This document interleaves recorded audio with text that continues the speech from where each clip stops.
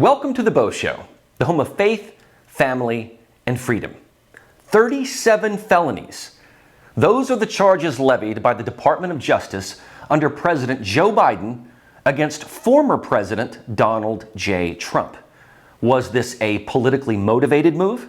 Or is the former president guilty of hanging on to government documents? We will explore that today and hear from supporters and opponents of Donald Trump.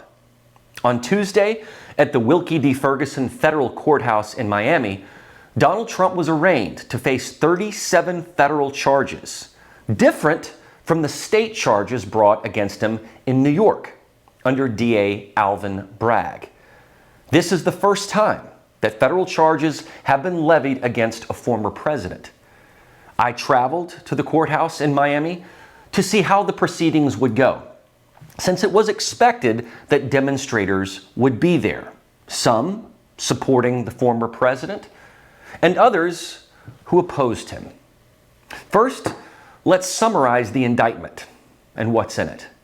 Judge Eileen Cannon, a Trump appointee, presided over this hearing Tuesday, just a day before Trump's 77th birthday. In all, the indictment alleges 38 charges, and Trump is named as a defendant in 37 of them. 31 accuse Trump of willful retention of national defense information. Each charge relates to a specific document. Two other counts separately accuse his aide, Walt Nauta, and Trump of false statements and representations.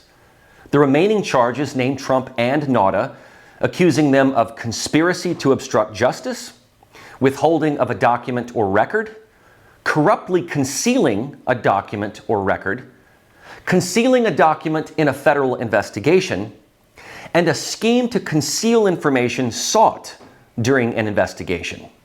Trump pleaded not guilty to all 37 on Tuesday.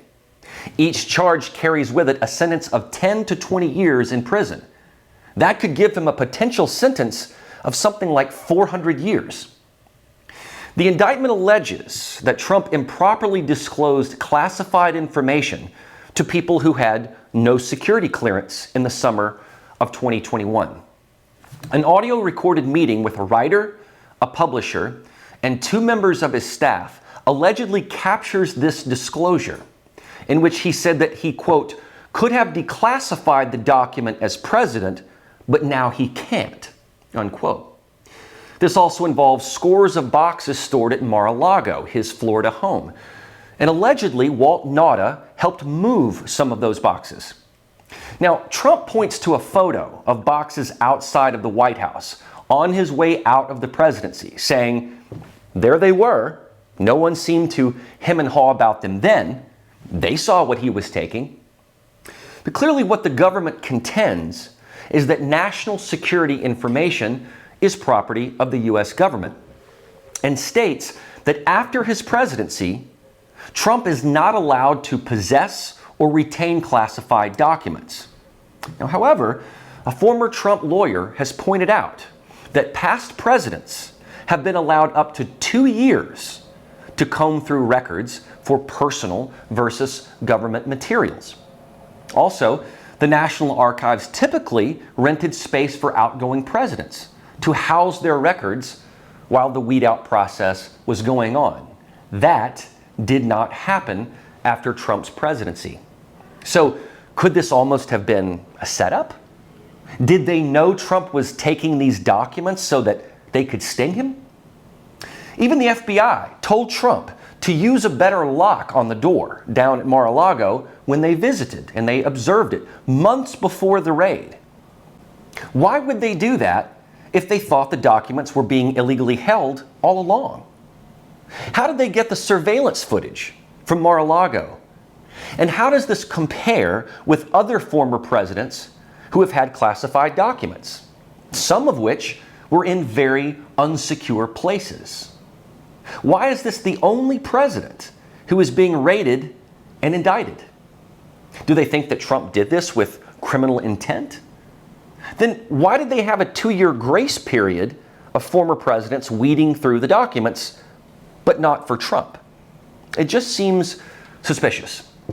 And now we know that former Vice President Mike Pence also had documents, and Joe Biden is under investigation by Special Counsel Robert Hur for possession of sensitive government documents while Joe was Vice President, and from his time as a senator. This means that Biden never had the authority to declassify any of these documents because he wasn't president at that time. Is this a two-tier justice system? Furthermore, the House Oversight Committee is probing a $5 million bribe scheme paid to Joe Biden when he was vice president. The document that the FBI has had all along with this information has been withheld from Congress and from the public until just recently, after strong pursuit by Comer's committee. And the FBI Deputy Director, Paul Abate, couldn't even say whether he would turn it over to the Senate when Josh Hawley asked. Is the timing of the news of this bribery scheme also conveniently happening as Trump is appearing for his arraignment? These are all questions that have to be asked, and questions that I wanted to ask Trump supporters and opponents near the federal courthouse in Miami. I first found a few men of Cuban descent. Cubans are very populous in Miami, and many of them know all too well the perils of communism, a mere 90 miles away from Key West.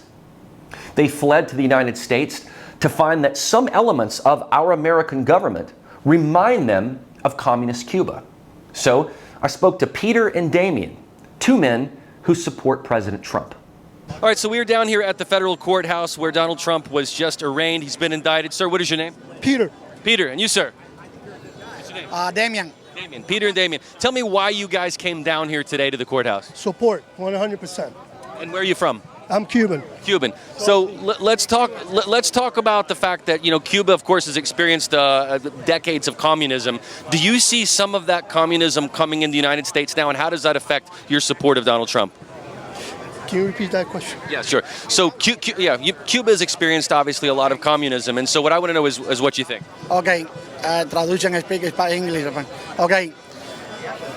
Todo lo que estamos aquí, estamos en support a nuestro presidente Donald J. Trump, porque injustamente esto se llama cacería política. This is called politician. So I forgot that word. Persecución político, okay? Political prosecution. Yeah. Estamos defendiendo a nuestro presidente Donald J. Trump, porque es una injusticia que no es buena.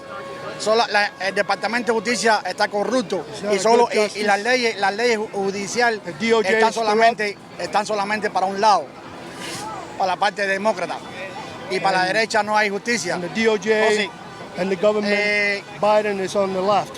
Todos sabemos que Biden es un corrupto, que tienen evidencia de cuando él era vicepresidente de Obama.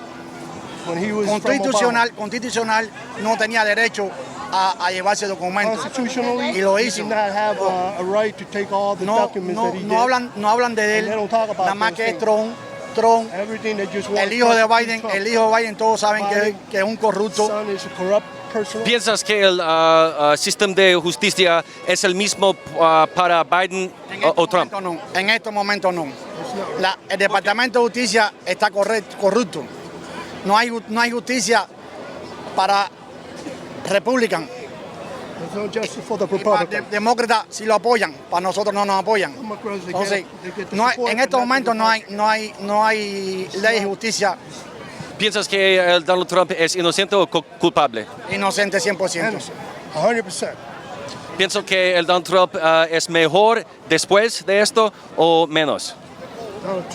Más fuerte. Va a ser más grande y más fuerte. Thank you guys, I appreciate it. En estos momentos, la gente no quiere entender que esto le está dando más fortaleza a él.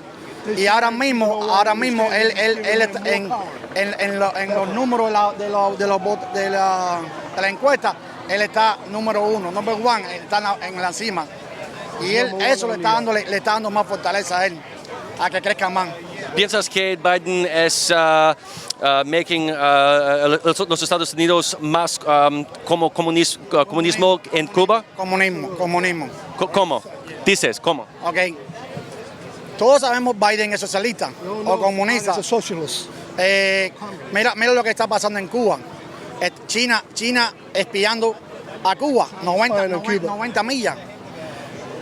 Y Biden y la administración de Biden no está haciendo nada, están calladitos. Cuando tuvimos el globo de espía, pasaron días y días y le decían, ¿qué usted piensa hacer? Túmbelo. Tuvieron que forzarlo, agitarlo para que tumbara el globo cuando se metió semanas, 10 días, 15 días. Take down that El globo globe chino that de espía. ¿Y hasta dónde, hermano? ¿Hasta dónde vamos a estar con... ¿Tienes miedo de China? ¿Ah? ¿Tienes miedo de China? ¿Tienes miedo de la China? Yo no siento miedo. Esto es una potencia grande. American Feast. No siento miedo. ¿Piensas que Donald Trump es el mejor presidente en el mundo? No lo puedo. Bueno, millones de gente lo miran así. Millones de gente lo miran así. No solamente de aquí. De afuera lo quieren. Mucha gente lo quieren, lo adoran. Porque él se ganó el carisma de las personas. Él se lo ganó. Y es bueno. Es un bueno. Yo voy a hacer la pregunta ahora. ¿Qué necesidad tienen de estar pasando todo esto? Cuando la edad que tienen, pudiera estar tranquilo con su familia, sus nietos, su familia. Tú sabes, estar tranquilo y mira todo lo que está pasando. Juicio, corte. ¿Qué necesidad tiene él? Ninguna. No sé, ¿por qué está haciendo esto? Porque ama la patria, ama a nuestra nación, quiere América, quiere la bandera. Y la gente no miran eso, hermano. No lo miran. Muchas gracias. Thank you. Thank you, guys. Thank you. The percentage of Trump supporters at the courthouse compared to his opponents was probably 95% to 5%. Not many came out to protest him, but there were a loud few. I stumbled upon one such clique that had some very outlandish signs, and I spoke to Keith, one of those in their posse.